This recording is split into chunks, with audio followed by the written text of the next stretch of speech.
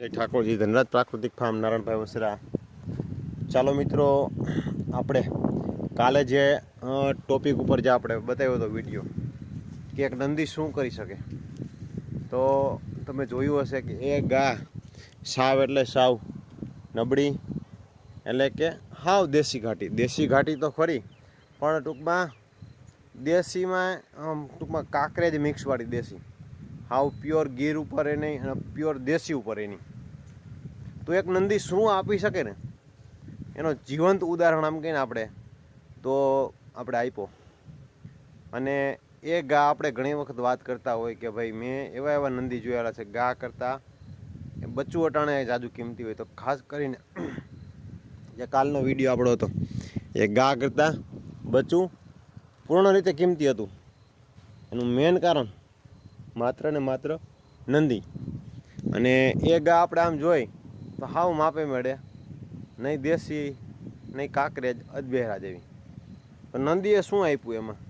નંદી એમાં બધું આપ્યું, માથું આપ્યું, કાન આપ્યું, શરીર આપ્યું, બોડી સ્ટ્રક્ચર બનશે। હજી તો એ 2 વર્ષની છે, 2 વર્ષની છે તેમ છતાં એવડું કદ છે।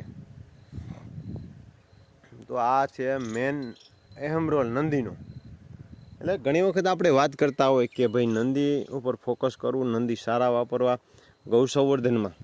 જો ખરેખર સાચી રીતે ગૌ સંરક્ષણ અને સંવર્ધન જો થઈ શકે અને ગૌ રક્ષા થઈ શકે તો આપણે સારા નંદીનું રક્ષણ કરીએ ને તો ઓટોમેટિક ગૌ રક્ષણ થાય। એનું કારણ છે નંદી શું આપી શકે એ આપણે કાલના જે છે એમાં જોઈ લીધું કે નંદી શું ન આપી શકે। સારામાં સારા કેરેક્ટર વાઇઝ એ વાછડી આપી, જેથી કરીને એના મા કરતાં 10 ગણી કિંમતી વાછડી થઈ ગઈ। એટલે આ આપી શકે નંદી, આ નંદીની તાકાત છે। માત્ર ને માત્ર આપણો કહેવાનો ઉપદેશ અને ધ્યેય એ છે કે ગમે ત્યાંથી સારા નંદી મળે એ સારા નંદી વાપરવાનો પ્રયત્ન કરવો। તો આપણે એક પ્રશ્ન હતો એનો પણ આપણે બાય ચાન્સ આપણે બજારમાં દેખાઈ જશે સારા વાછડા, બરાબર, કે બજારમાં નંદીથી ફાલું થાય તો શું એમાં વાછડું સારું આવે કે ન આવે બ્રીડ કેરેક્ટર વાઇઝ? તો આપણે એ પણ વિડીયો બનાવવાનો પ્રયત્ન કરશું અને બતાવવાનો પ્રયત્ન કરશું, જેથી કરીને ખ્યાલ આવે। બીજા નંબરમાં ઘણા બધા લોકોનો પ્રશ્ન હોય કે અમે ડોઝ મુકાવ્યો તેમ છતાં બચ્ચું સારું ન આવ્યું, આમ તેમ, ભલે વાછડી જે આવી હતી।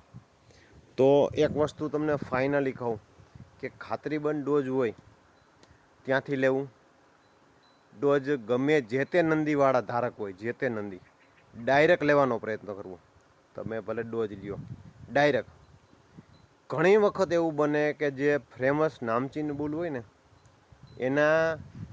એના છે ને એના ડોઝ સિમન એ ડુપ્લિકેટ પણ બનવા માંડે, અને થયેલું છે એના કારણે થઈ અને એ ડોઝની એ ખૂટની બદનામી થાય। એ ખૂટની બદનામી થાય એટલે શું થાય કે એ ખૂટ જે સારો હોય ને એના પણ વીક પાસા થવા માંડે। એટલે ખાસ કરીને કહેવાનો આપણો ઉદ્દેશ્ય એ છે। હું તમને એક વાત કરું, વચ્ચે મોહન નામના ખૂટનું નામ હાવ ડાઉન થઈ ગયું હતું। મોહન ભરતભાઈ ઝાલાવાડિયાવાળો ખૂટ જે અત્યારે પોરબંદર રાજસી બાબા પાસે છે। એનું કારણ શું હતું? કેમ કે મોહનના હોડકા બધા જ કલરના છે, વ્હાઈટ પણ છે, કાબરા પણ છે, સફેદ પણ છે, ભાઈ સફેદ પણ છે, માકડા પણ છે, ગોરા પણ છે, કાબરા છે, ગરકડા છે, બધાય પ્રકારના। અને એના હોડકામાં પહેલા જ વેતરમાં 7-8 લીટર, 8.5 લીટર, 9 લીટર જેવી એની માં એ પ્રમાણનું એના હોડકાઓમાં દૂધ આવ્યું। એના કારણે થઈ અને એમાં ડિમાન્ડ વધી એટલે ડુપ્લિકેશન થવાનું ચાલુ થયું। એના કારણે થઈ અને વચ્ચેના પીરિયડમાં એવું થયું કે એના ડોઝની ડિમાન્ડ હાવ ઘટી ગઈ। કેમ કે સારી વાત ફેલાતા વાર લાગે, પણ નબળી વાત ફેલાતા છે ને બહુ વાર ન લાગે, સ્પીડમાં ફેલાય કે ભાઈ એ ખૂટમાં તો ક્યાંના બચાવમાં આમ છે તેમ છે।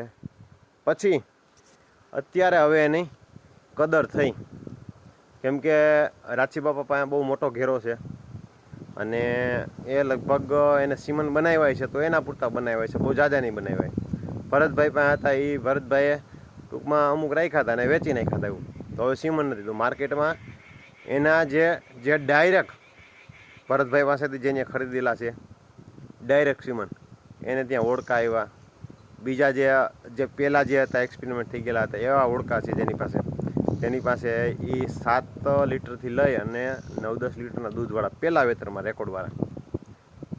તો આવી ડિમાન્ડ છે જેની પાસે છે, એમાં એ લોકોમાં ડિમાન્ડ છે. તો અત્યારે તમે હું કલ્પના ન કરી શકીએ એવડો ડોઝનો એનો ભાવ છે, પણ તેમ છતાં ડોઝ જડતા નથી. તો આપણે સીમન લેવા તો શું કરવાનું કે જ્યાં નંદી પ્રોપર છે XYZ, જે વ્યક્તિ પાસે નંદી છે એની પાસે પ્રોપર એની પાસેથી ડોઝ લેવાનો આગ્રહ રાખવાનો. પછી એ જ્યારે નીકળતા હોય રાઉન્ડમાં તો વાત આખી અલગ છે. જો આપણે ફરજિયાત લેવા જવા પડે તો વાત આખી અલગ છે. નહીતર જે વન સાઈડ હાલતો હોય ને, બુલ વન સાઈડ હાલતો હોય, એવા ખૂટના ડોઝ ડુપ્લિકેશન થવાનું 100% ફાઇનલી છે. બરાબર, ખૂટ આપણે આ બાજુની સાઈડ તો ઘણા બધા ખૂટ છે આપને મળી જાય, પણ ઘણા વિસ્તાર એવા છે જ્યાં સારા નંદી નથી, એના ફરજિયાત ડોઝ મુકાવવા પડે.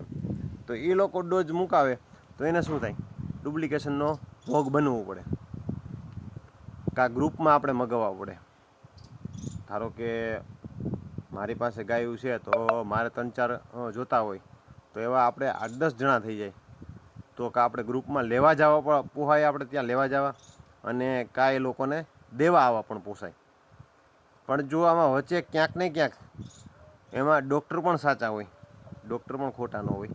કેમ કે એને તો જે રૂટિનમાં આવતો હોય દેવા, એને તો એ વિશ્વાસે લેવાના હોય, એમાં ડૉક્ટર ઉપર કાંઈ આપણે કંઈ બ્લેમ કરવાની કંઈ જરૂર છે નહીં.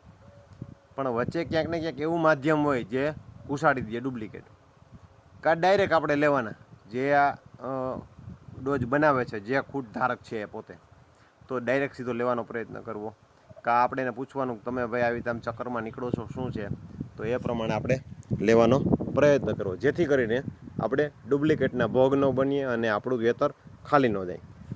અને એક આપણો જે પ્રશ્ન હતો એનો પણ આપણે વિડીયો બનાવવાનો પ્રયત્ન કરશું કે ભાઈ ખરેખર બજારમાં ફરતા ખૂટથી બચ્ચા સારા આવે ખરી?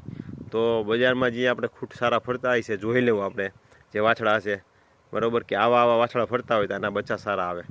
તો ચાલો નેક્સ્ટ વિડીયો સાથે મળશું. જય ગૌ માતા.